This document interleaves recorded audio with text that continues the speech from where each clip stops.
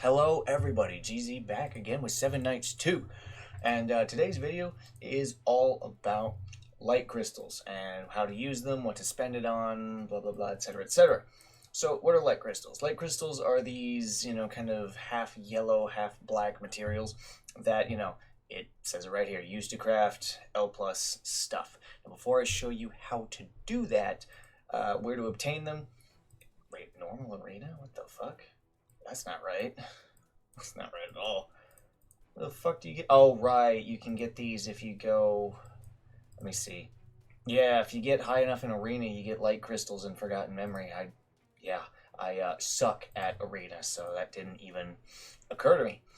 You also get them from the 8-man Celios raid, which I haven't done my clears today, so if you'll excuse me.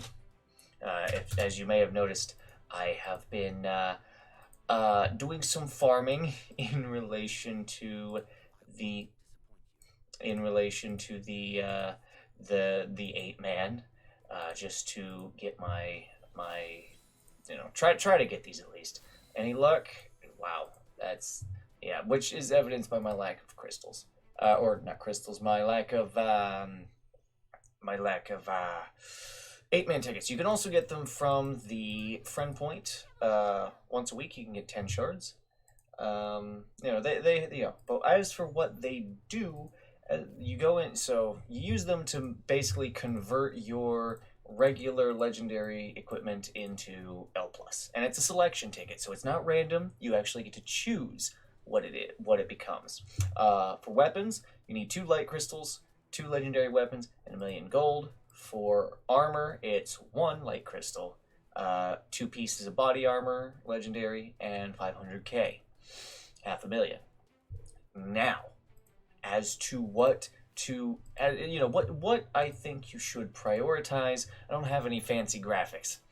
So what we're going to do is we're just going to go down the list here of the legendary equipment just to kind of elucidate what we've kind of got here. So first, we'll start off with the block set. If you must make the block set, and you really want to do that. You really want an L plus T5 block set. The 2 most important pieces to craft in this instance would be the chest and the helm. The reason why is because they have stats relating to block. The chest has block rate, the helmet has block efficiency. The rest of these are kind of secondary, and I would even argue that in this instance, since this is a defensive set, the weapon is tertiary. Okay, there we go. Moving on to the defense set, the most important piece, hands down, chest piece. Defense set, defense substat. Can't get any easier than that. After that, I would kind of recommend the boots just for health, because this is pretty much going to go on your tanks. And tanks need health and defense. Defense first, though. Defense first. The health set, this typically goes on your healers. So healers typically scale on health. But considering the importance of healing, I'm going to say that it's probably about a tie between the boots and the helmet. And the helmet, for the reason that it has skill cooldown decrease as a substat. And since this is a support set, the weapon is also tertiary. Moving on to the crit set. Now, obviously, with the crit set and the attack set, which I'll talk about, the weapon is a big thing to get. Big thing to get it up to T5. Get a radiant version up to T5. Big thing. If you're thinking, maybe you don't want to do that, maybe that's not exactly, a good idea, my recommendation would be the gloves. The reason why is because all 3 of these substats, attack speed, combo chance, and dealt damage, are phenomenal for increasing your damage output for obvious reasons. Attack speed, you just attack faster. Combo chance is, it's a bit tough to figure out, but basically what it does is sometimes when you attack, if your combo chance procs, you'll basically attack twice, from what I understand about it.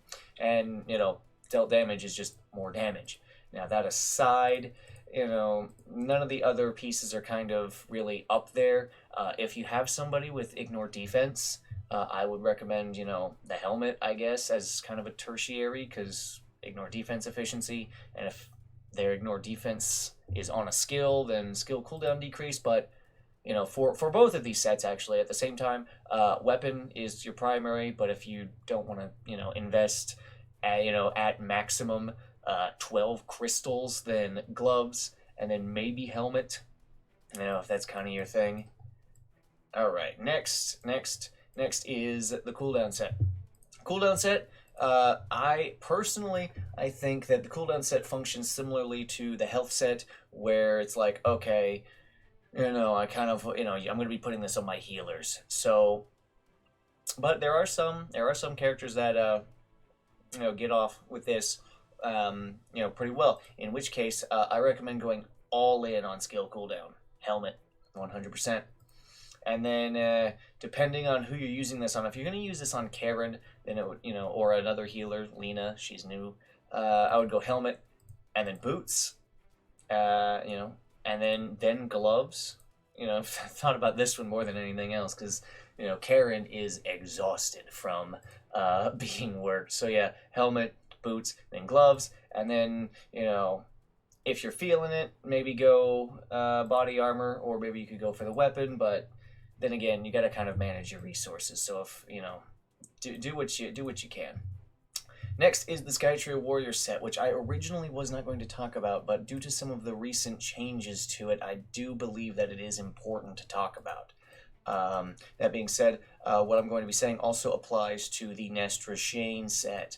So, the Skytree Warrior set is for PvP. It says it right here, PvP.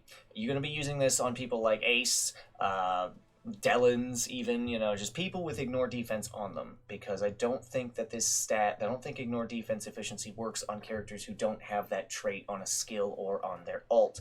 I could be wrong, though. I'm not entirely sure how it works. But in that case, primary is weapon, just like with the attack and crit set. But again, it kind of works the same way as the attack and crit set, where it's like, okay, weapon's big. If you want to just get like a faster kind of damage, but not as much damage, you go gloves. Helmet is also good, really good here, because it further increases ignore defense efficiency. Boots and body armor are kind of whatever for this set.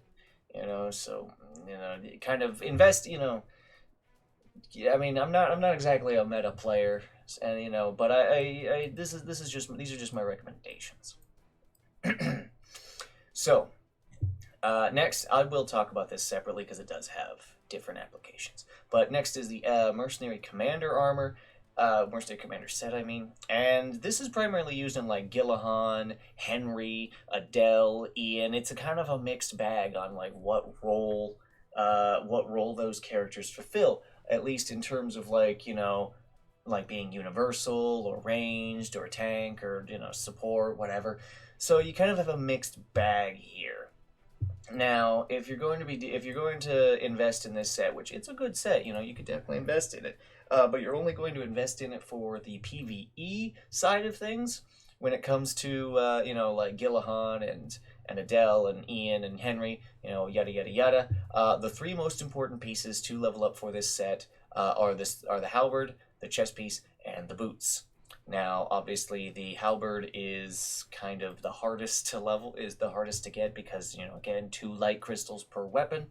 But basically just kind of, skill cooldown is kind of, it's important. It's important, but if, the characters you're going to be using skill cooldown on, like Henry or maybe Adele, Ian even, for Ian personally, health and movement speed are more important for Ian in the Lizadria raid, because you need to be able to move around, especially after you get past T10. You need to be able to move. For the Gigantus raid, Gigantus hits like a motherfucking truck. So defense, defense primary, boots secondary. That move speed really helps with Gigantus. For Adele, in the Avalanche raid, you want defense and block rate, and then you want skill cooldown and block efficiency, so you can help keep his buff up with, and minimize that downtime. With Henry in the Varian Raid, you want attack and you want skill cooldown, so that way you can, try to apply as many poison stacks as possible and have those poison stacks do more damage.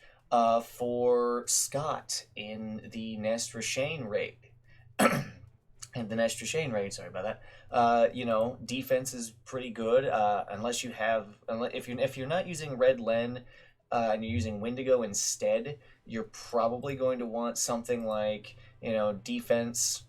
You're going to want a lot of HP because bleeds are a fucking pain in the ass. Attack is also good for Scott. He's kind of a mixed bag. It's based on what you have in that raid. So Attack of the Mercenary Commander is basically just like, which raid are you struggling with? And from there, that determines which pieces you should focus on, assuming you don't want to or, can't get the others. Now, finally, the Nestor set. Now, this is a speed set that where the speed applies everywhere, not just PvP, not just PvE. Therefore, it's kind of like the attack set and the crit set, where it's like, okay, I want more damage. I want to be able to do more damage when I speed up. So, weapon, gloves, helmet, all that stuff. I use this set on Rachel because her ult takes a long time to, the animation to deliver the damage takes a long time. There's a big window to animation cancel, and it doesn't actually go through like with Yunhee. It resets it back to 90%. It's kind of a pain. So what I did was I got a regular pair of gloves to T5 and just equipped her with a 5-piece, and it's better. I'm not going to say it's still not bad. It's still not phenomenal, but it is better. But those are my thoughts. I'm just going to kind of continue to ramble on as I kind of make what I'm doing here. Because I gotta prepare for T15 Gigantus, and he is a pain. He is a pain in the ass. He is a pain. So I gotta prep for that. But that being said, it's kind of you can grind up the light crystals. I think at T15 Salios, you have the possibility of getting a whole light crystal. It's rare. I've only gotten it once, and I've been doing at least 3 clears, well, 4, I guess, a day. But the 8 light crystal shards, which is kind of, it's kind of whatever. Actually, it can be kind of shitty because you can get absolutely just kicked in the nuts with that, and it's unforgiving. So it can be kind of rough to get light crystals. But once you get past the T15 Salios, once you actually beat it, you can clear it, and that kind of takes away the pain. And then just kind of hold out, and you'll be doing okay. You'll be just hold out, do your clears, make sure you're getting your your weekly friend point light crystals. I think they also drop in the Topaz shop, but if they do, I would not recommend purchasing them from the Topaz. Yeah, they do. You can get a whole light. I would not recommend purchasing these from the Topaz shop. Your Topaz should primarily be spent on these bad boys, so you can get free rolls on that Moonstone banner. But yeah, here's the selection ticket. It has every single.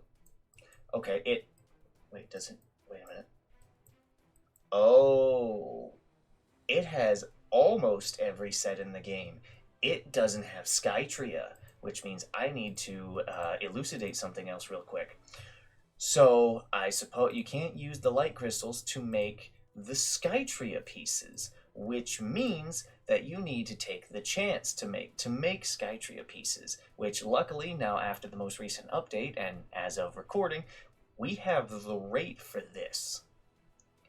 But we can't make these with the light crystal stuff.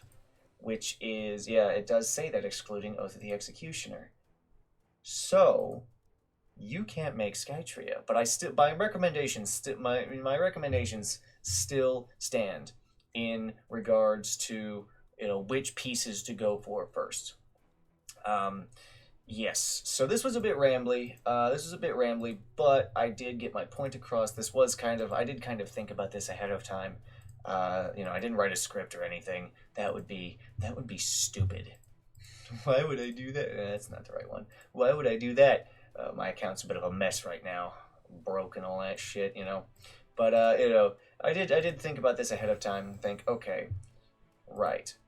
I guess another thing to really quickly answer is how high do you want? Say you've got T5. Who's got the attack set? It's not Dellen's. Who the fuck? Yeah. So let's say you got T5. Regular gear. It's like, well, at what point do I switch? At what point do I switch? Because a T0 radiant piece is always going to be better than a T0 regular piece. To that end, to answer that question, I would say that if your regular piece is T5, you start considering it when your radiant piece is T3. And you can see here the substat difference. Like, both of these items are plus 20, and this one has has 162 more attack, 12% extra attack. It's got less crit rate and crit damage, but that will become better once you get it to T5. And this holds true across the board. I don't have any other pieces to show off because I'm short on light crystals. I need to make them. But that's the point. Once these things start getting to T3, when compared to a T5 regular piece, it becomes like, okay, maybe I could, because I'll get some good bonuses here and there. But then once you get your radiant piece to T4, it's not even a question anymore. Let me demonstrate. I know I have another set that I can make here. So let me pop this again. Spend all but one of them. So let me show you. That, and I was intending to do this anyway. So here we go. Another Radiant Gigantus Claw. That, and you can get Radiant pieces from the raids. So, alright, so let me unequip this. Thank you, Chris. Alright, so, as you can see, crit rate and crit damage are now above T4. This T4 piece is objectively better in every way this Radiant T4 piece is objectively better than this, non-Radiant T5 piece. It is better in every way. And once it gets to T5, it'll be even better. It's not even an argument. But like I said, I've been rambling entirely too much here. So I think it's time to end the video off for real. I think the next video, let me check my desk here. I think my next video will be concerning one of the raids. Considering I've gotten a lot of the T15s, I think I can answer some questions maybe some people have. But until then, I have been GZ, and I'll see you all next time. Later.